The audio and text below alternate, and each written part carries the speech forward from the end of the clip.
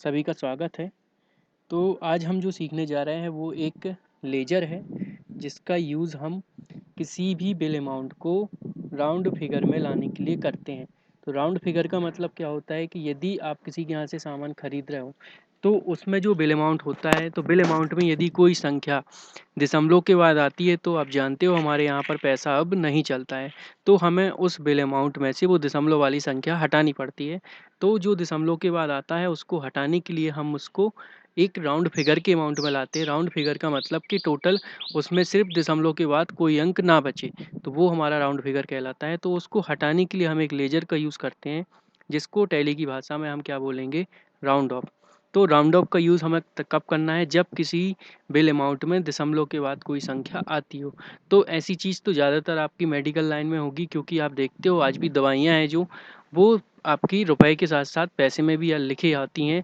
तो फिर वो पैसे तो लगते नहीं है, लेकिन वो पैसे हटाने के लिए हमें राउंड ऑफ लेजर का यूज़ करना पड़ता है। तो देखो मैं उसको कैसे करता हूँ। सबसे पहले आप क्या करेंगे, वाउचर में चले जाएंगे। फिर यहाँ पर आप क्या करेंगे, पार्टी बना लेंगे जिसके यहाँ से आप खरीद रहे हैं। तो न्यू लेजर क्रिएट है, अंकित के यहाँ से कुछ खरीदा। तो अंकित का लेजर कहाँ बनेगा, संडी क्रिएटर्स में। संडी क्रिएटर्स में बनाने के बाद हम इसको करेंगे सेव। यहाँ आप जानते ही हो गुड्स परचेज का लेजर वो भी कहाँ बनता है, परचेज अकाउंट में। यहाँ पर हम कोई ऐसी चीज़ लिए ले रहे हैं जिसमें दशमलव में रेट आ जाए, या फिर कोई भी चीज़ लिए ले रहे हैं उसमें दशमलव में हम रेट डाल के आपको समझा दे रहे हैं।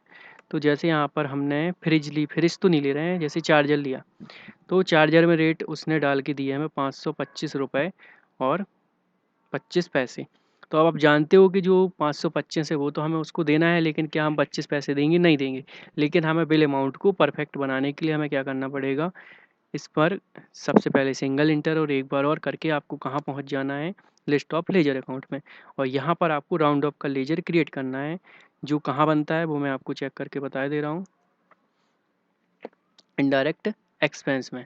क्योंकि ये पहले से बना हुआ था तो आपके सामने बनाया नहीं, लेकिन आप देख सकते हो इसको, जब आप बनाओगे तो Alt+C करके राउंड ऑफ लिख के कहाँ बनाएंगे, इनडायरेक्ट एक्सपेंस में।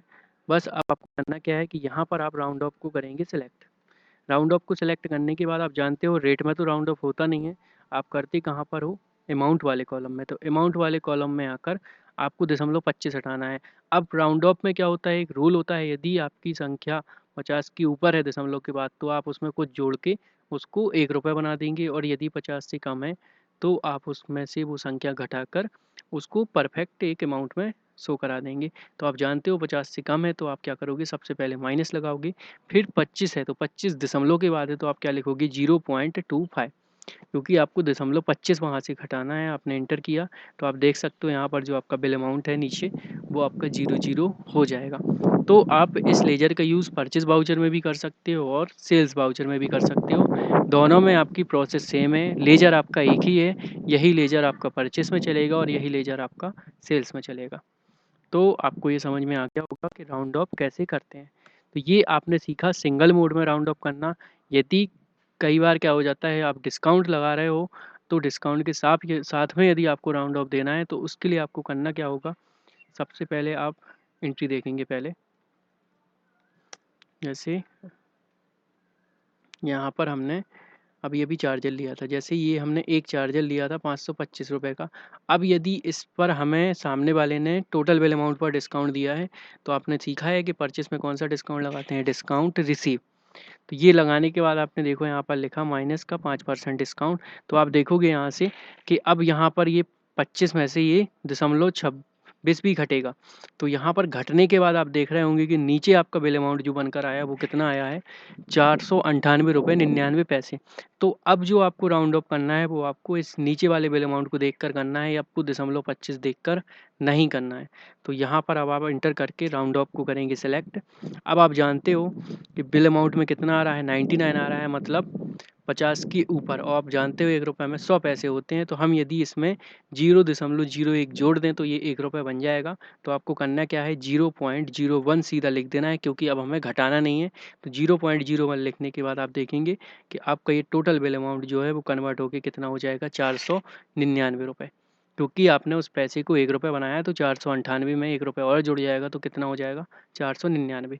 तो आपको मैं जो बता रहा हूँ वो कहने का मतलब ये है कि जो राउंड ऑफ है वो आपके वाउचर एंट्री के दौरान सबसे लास्ट में लगता है, उसके पहले आप डिस्काउंट लगा सकते हैं और उसके बाद में आप क्या कर सकते हैं, राउंड ऑफ का यूज़ करेंगे। जब राउंड ऑफ अकेले है तब कोई दिक्कत नहीं है, वो तो आप सीधा सीधा कर लेंगे, लेकिन जब डिस्काउंट है साथ में और राउंड ऑफ करना है तब आपको ध्यान रखना है कि आपको प्राथमिकता किसको देना है, पहले डिस्काउंट को, फिर इसके बाद राउंड ऑफ को।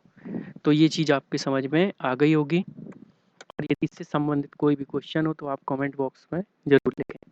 Thank you.